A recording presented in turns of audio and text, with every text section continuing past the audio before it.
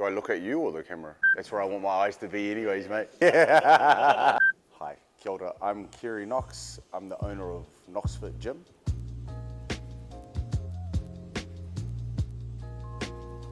I'm not Māori myself, but growing up in central Auckland through the 90s and into the 2000s, exposed to so much Māori culture, and it was super normal. Like, I was itching to be part of the culture group to do kapa haka. All of the stuff was super accessible to our generation, in particular in central Auckland, because that was who we lived around. And then later on, when I had the incident with my father in my last year of high school and I moved out of home, and I moved to a hostel called Tiroa, which is based on Owens Road. It was a program that looked after troubled youth who had gone through the legal system, something had happened and they'd gone through a boot camp, and then at the end of that boot camp they would come to this hostel and do a course on roofing, building, or I believe it was bricklaying. And so it's kind of like a place for them to stay while they learnt this stuff. It was also a place for older males who were on parole and stuff like that. And I knew the lady managing it. She worked for my parents a long time ago at a Christian hostel that they used to run. Atereta was her name. When this thing happened with my old man, my mum encouraged me to explore the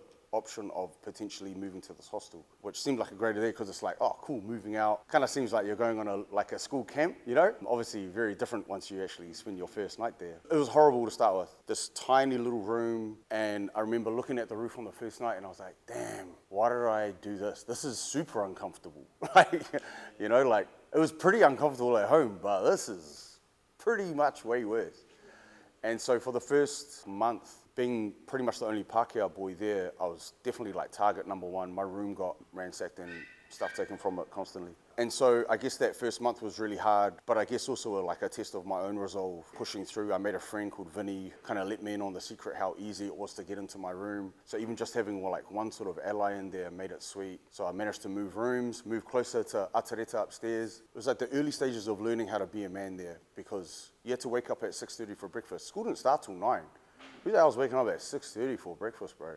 After that first month was honestly the most welcoming experience that I've ever had, and I felt like this true sense of belonging. There were the older guys there. I'd have a beer with them at night after school. They'd share stories with me. I learned more about being a man from them than I did my old man. The stuff that they spoke to me about and taught me was just so valuable. I'd knock on the door and they'd open it and be like, have a seat, come hang out. And it was like, they don't owe me that, bro. Especially to a little white boy that's just up at Auckland Grammar, which they all thought was a private school. Me walking in with a uniform and they're like, the fuck?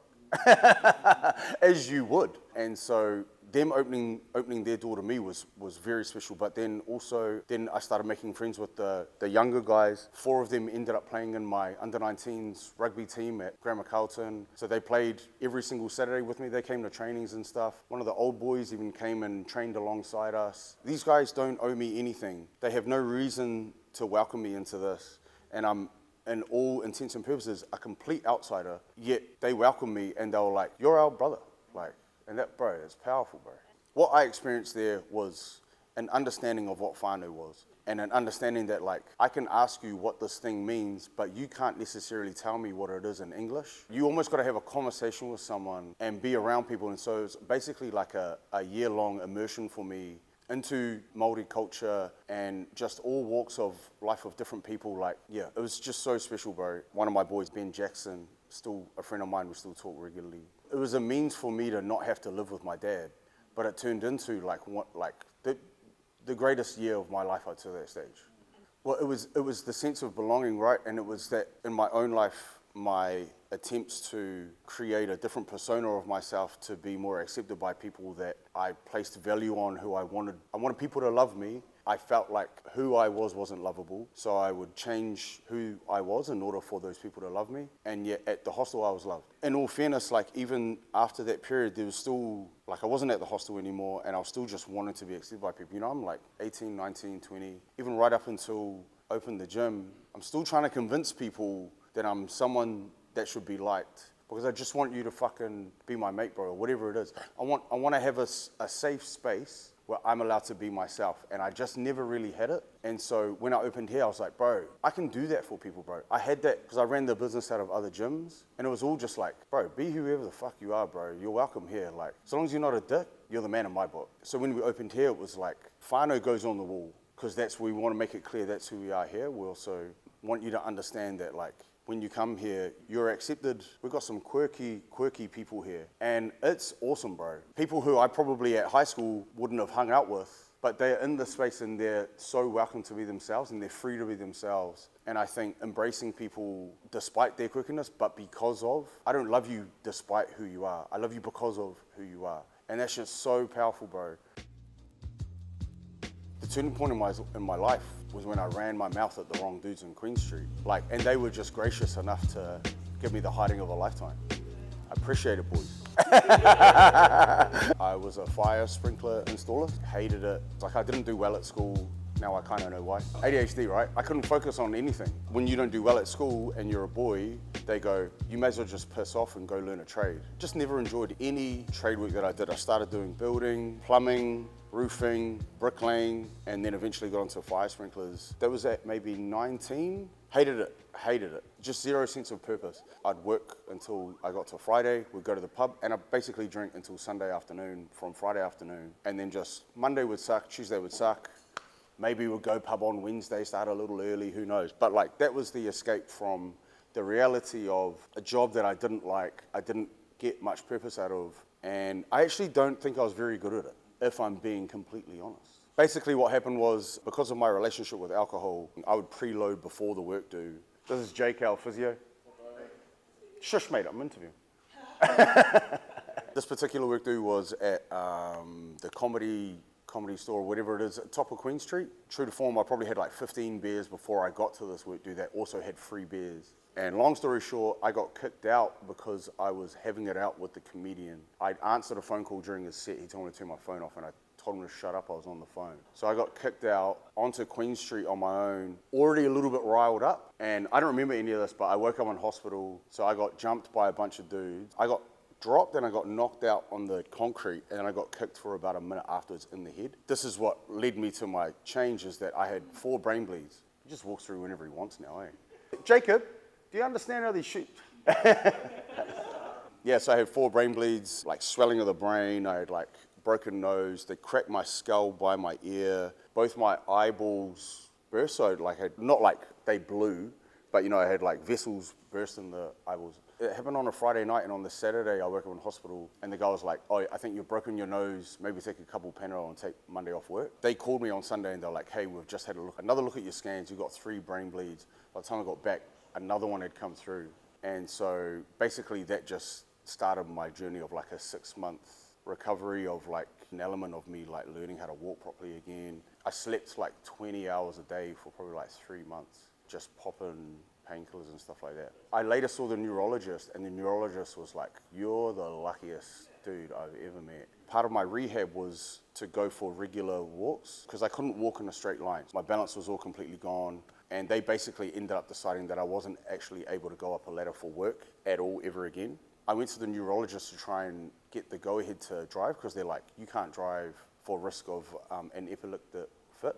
And so after 6 months, ACC was like, we need to get you back driving. The neurologist was like, I'm extending it for another 6 months. Driving's the least of your worries. Yeah, so through that, it was like the big push was to go for more walks. It just started with like going down the block or going down the road, then going around the block. And then I started walking up mountains. First time I walked up a mountain, just like the dopamine and the endorphins was like incredible, bro. And it was like this beautiful view. I was moving my body and I was like, bro, this feels incredible. Just to go for a walk up to the top of a mountain was like, blew me away. And so I started doing that every day. And my mate was a personal trainer at the boxing gym at Les Mills in Victoria Street. It was known as Ringside then. And he convinced me to go and do a box fit class. And bro, that was when I was just like, this is crazy, bro. Like, the feeling I had walking out of that gym that day was just the most addictive thing. It just completely changed my whole mindset on everything. Where previously it was all like, I didn't like where I was, my relationship with my friends, or just in general, like my relationship with myself, with my job, like life just felt really shitty. I was super depressed, self-medicating with alcohol and drugs. And then take all of that away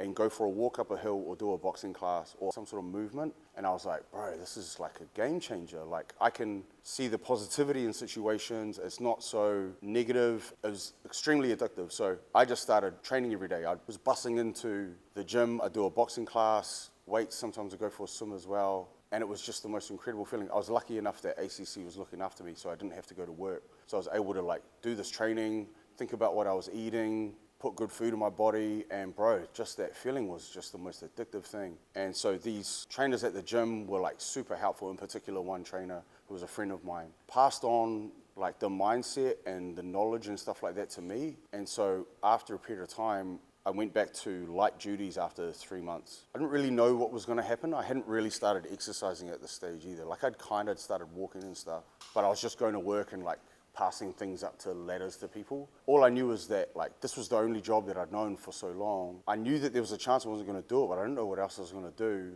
And it seemed like my company was looking after me. Then I came into work one day on site in town, and my boss just gave me this letter saying, "You're done." And it was like, I cried in front of everyone on site. It was the most embarrassing fucking thing, but especially all your boys and shit, you know, it's like, it's pretty bad. It was the only thing I knew. It was literally the only thing. And I'm like, what am I gonna do? My whole world has already crumbled. The one thing I got is like, at least I got this job, not anymore. And then it's like, whoa, what? Like, what's left? Like, what am I gonna do?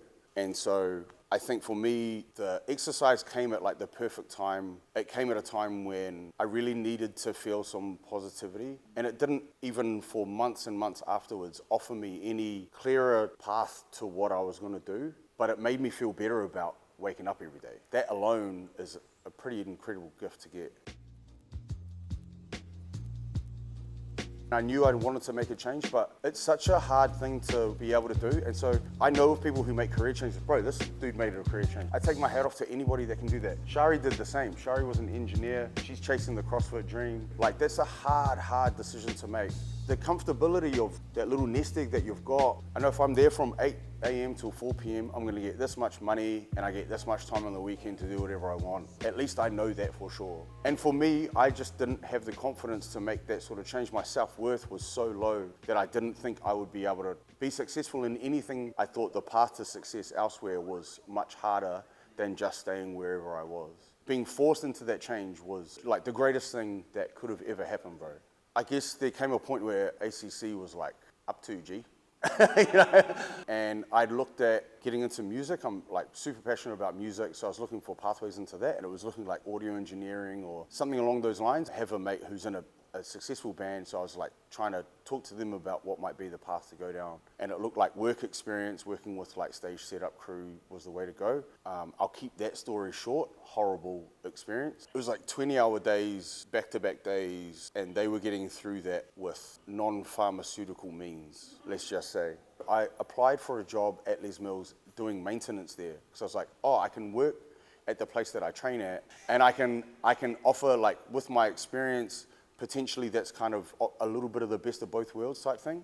And so that got rejected, and then I was like, damn, I don't know what I'm gonna do then. And I don't know what the turning point was, but I thought of this idea that maybe fitness has literally offered me the opportunity to change my outlook on life. Imagine if I can do that for other people and tap into this thing where I'm pretty good at talking and I can have a genuine, authentic care about people. It feels like it's something that could work for me that I might even be good at doing. I didn't even tell my friends I was thinking about doing it because I was so scared of someone being like, you won't be able to do it. And I knew that if one person said that to me too early, I would give up on it all. So I told one person and made him swear he wouldn't tell anyone else. I was like, what if I'm at a party and someone's like, bro, that's crazy, you want to be a personal trainer, look at you.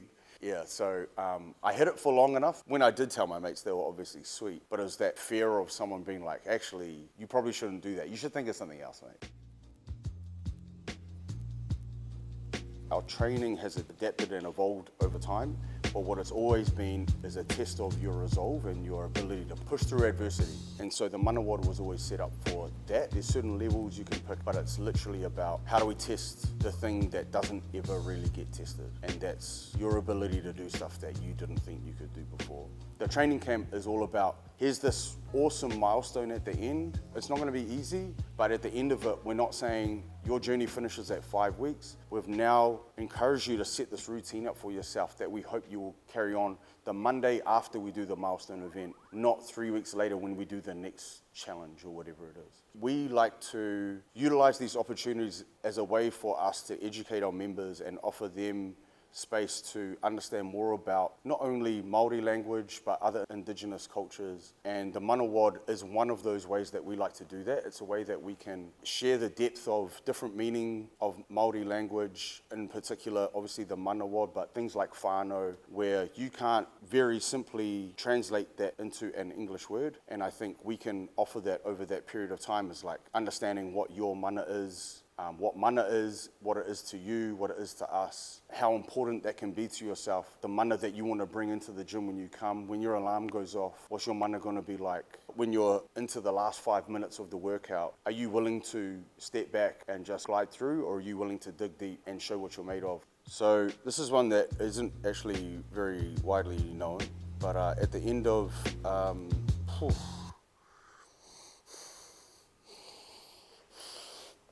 sorry. Fuck, I don't even start talking about it. I cry all the time.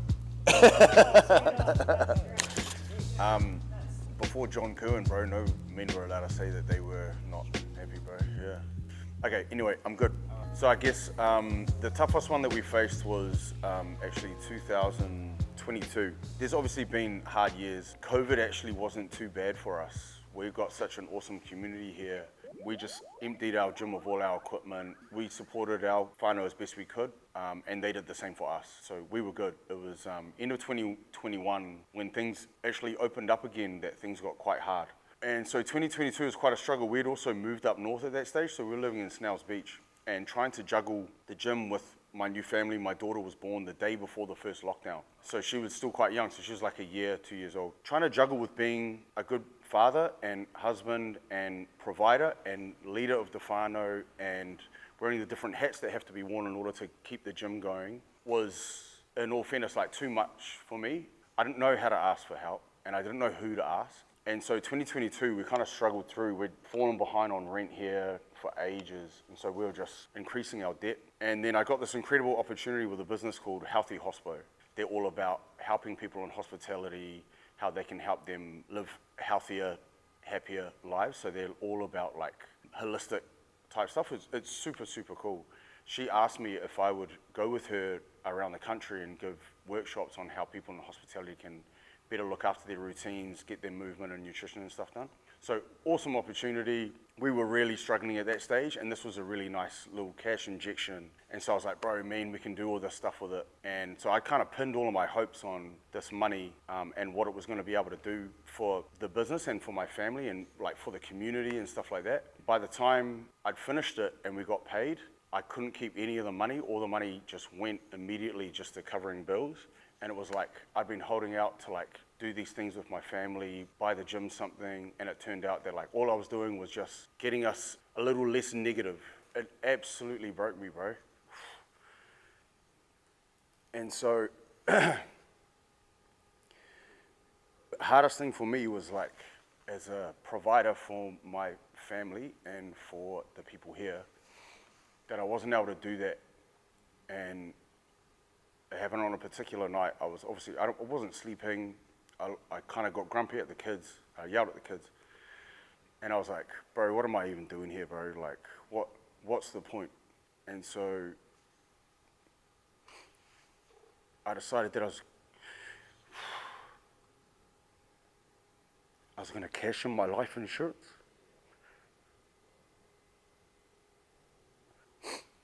So that,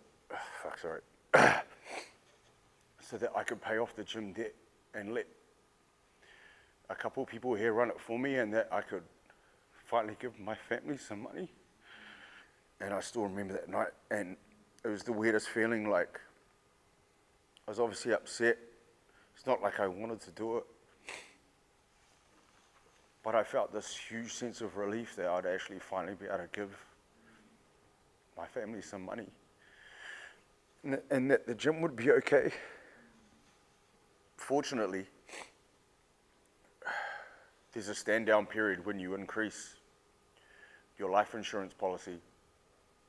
And in that period of time, our gym had signed up to a competition called Fortress. It was the first time that our gym had ever done like a kind of external CrossFit comp. And fuck, bro, our community like showed up for each other. And I was just bawling my eyes out on the drive home, and I was like, bro, I'm just so grateful to be part of this community, you know? And that, honestly, it was like, it saved me, bro. It saved me. And so I was like, I can't go anywhere. Like, this is my purpose. This is what I need to do. Yeah, and so the gym saved me, bro. The gym saved my life for sure. And you know, you look back on it and you're like, what a crazy thought to think that you would think that your daughter would be better off without you. But, you know, it doesn't make sense when your head's a mess, you know? Again, without going too deep, there was another event that we had. It was called Two to Tango. And we only had like 4, maybe 6 people competing in it. But 20 people showed up to support them. And it was about a 12, 14-hour day. And everyone stayed for the whole day. It was freezing. And I was like, this is the coolest shit ever. Imagine being part of a community that is willingly giving up their entire Saturday just to watch someone do dumb shit like this. But because they want to do it, they wanted to show up for their mates. And I was like, what a fucking buzz, bro. Like, I don't care what kind of training we do, but to be part of a community where people show up for each other like that and will sacrifice that much time. You've got to pay to get in. People pay to get in to go watch their mates do fucking burpees. It's crazy, bro. But they showed up all day. And so it was after that that I reached out for help to a guy in Australia as a gym business mentor. And I was like, I got to make this work. I got to make this work for me. I got to make this work for my family. I got to make it work for our members. It's not fair on them that I don't know what the hell I'm doing. And so reached out to help to a guy called Ty in Australia, and I'm still working with him now. Our team's changed a little bit since then. Like, we've got Shari and Cullum who have come on and helped me as managers. Massive, bro, massive help. From the end of last year, kind of recreated our culture. We've gone back to who KnoxFit was. I think we last year went a little bit too deep into the CrossFit world. Like I say, I don't care what sort of training we do. So long as our members want to show up and do it and support each other doing it, I could care a shit what it is, bro. And I think we went back to our roots of just making every day really cool, doubling down on our community events. And we've really gone hard on that this year. Training's only part of it, right? I think showing up for each other is so much more important, and getting together outside of doing burpees together, just that's where all the bonds are formed, and that's where the community is.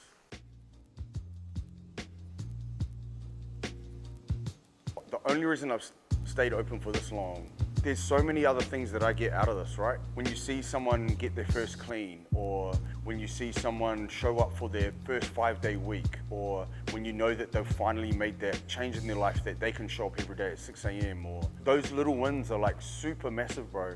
When somebody tells me, we've had a couple who joined us earlier this year, and they said they've been training at gyms for years and years and years, and it's the first time they've been consistent every single day at any gym they've ever been at. That shit's so powerful, bro. The coolest thing is the growth that we see in members, and their growth in their self-worth and their confidence, the way that they interact with people, offering people like Shari the opportunity. She's changed her career. We've got people like Jake, who was working out of another physio joint before. He's been able to open his own business. Rod, the guy who does the kickboxing, we've seen his business flourish exponentially.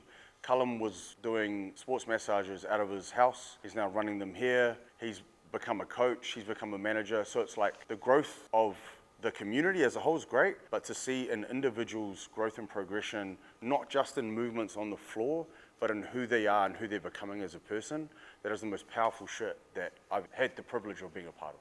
I think what a gift to figure out what your purpose is. I probably had to remind myself of what that purpose is a couple of times. Still running a business, and I'm coaching a class tonight. I still get this incredible buzz knowing that these people finish their day and they're like, I can't wait to go to the gym. I get to be with them for an hour, and hopefully I get to give them the best hour of their day. And I don't take that responsibility lightly at all. And so I make sure that even if it means that I'm completely wrecked at the end of the day, or if I do it in the morning, that the rest of my day's a sack of shit, I don't care. So long as they walk out of here being like, that was mean, I'm coming back tomorrow, let's fucking go. We didn't mention I Love Ugly. Well, it does. Sure. Thanks, guys. Thanks for fucking sharing, brother.